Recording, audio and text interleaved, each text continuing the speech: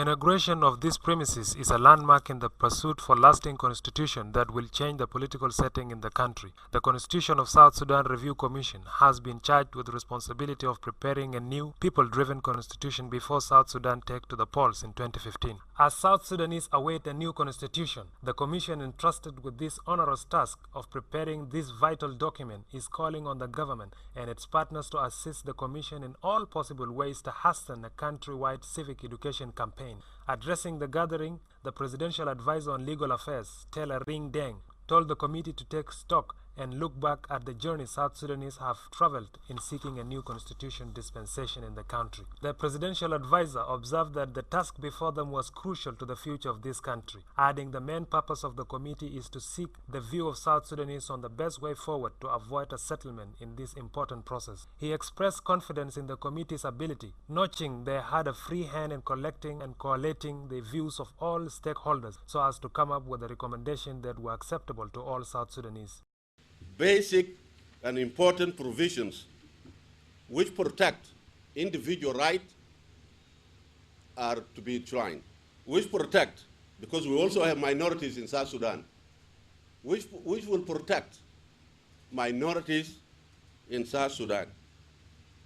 The role of the government is not to dictate, and I repeat, is not to dictate on the commission. The role of the government is to support in areas of funding. But the commission is independent from the government. That South Sudanese fought against oppression. What was that oppression they fought against? They fought against northern-driven constitutions that deprived the South. The North used its mechanical majority to pass constitutions and laws that were detrimental to the aspiration of the people of the South. I do not think for a moment that Southerners should be reminded of what constitution they want to write. I would like also to say that constitutions should be home-driven. Constitutions reflect the aspiration, experience, history of a particular nation. It should not be used as a tribal constitution. I'm not saying that we should not seek support from international experts. But our constitution should not be foreign-driven. Our constitution should reflect our own values. On his part, the chairperson of the Constitutional Review Commission, Professor Akolda Mantier, said the government should adopt a legitimate constitution which creates a participatory institutions, instill human rights values, and entrench the independence of judges must be part of the solution to the daunting problem of transition facing South Sudan.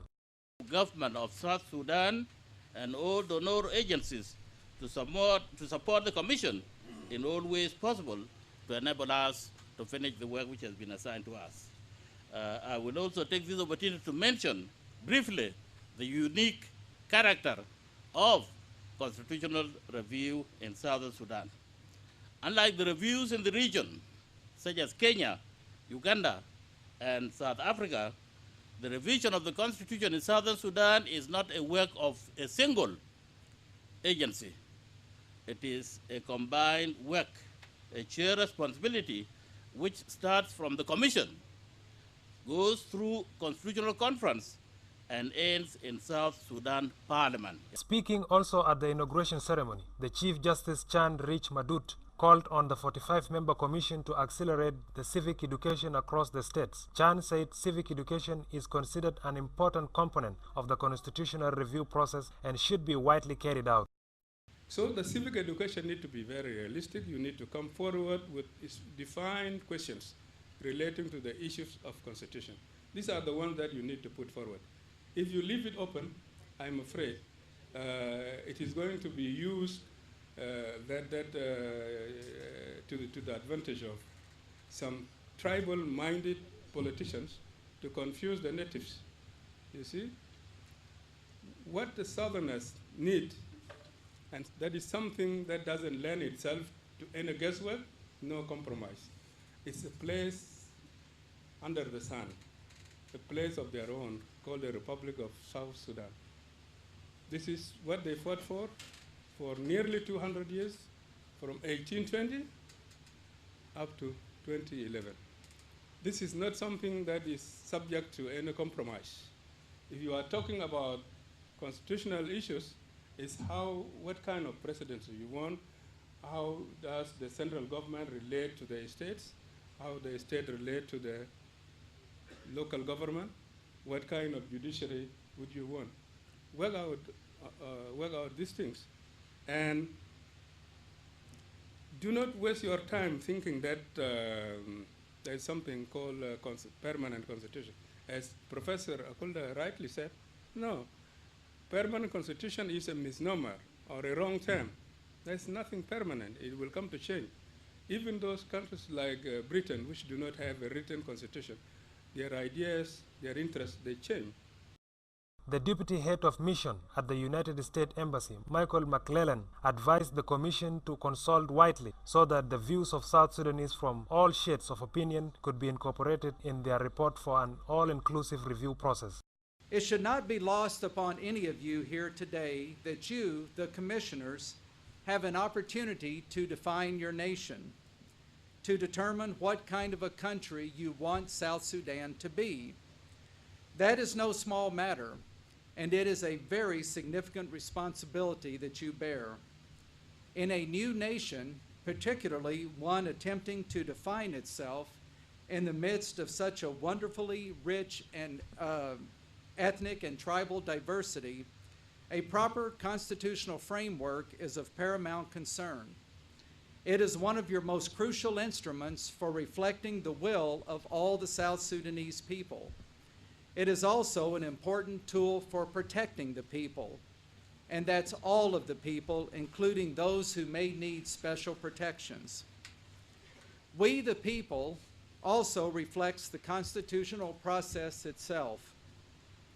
Here, the concepts of inclusiveness and popular connection to the permanent Constitution of South Sudan are manifested in the NCRC through a diverse board. Civil engagement is at the heart of its vision, its mandate, and its makeup. The political, social, regional, and religious diversity of its membership will ultimately prove to be an asset to the constitutional process. The ultimate aim of the Commission is to promote the active participation of civil society in good governance and to inculcate a culture of constitutionalism, where the Constitution is a living document that reflects the wishes, aspirations, and needs of the common people. For SSTV, I'm Tex Stephen.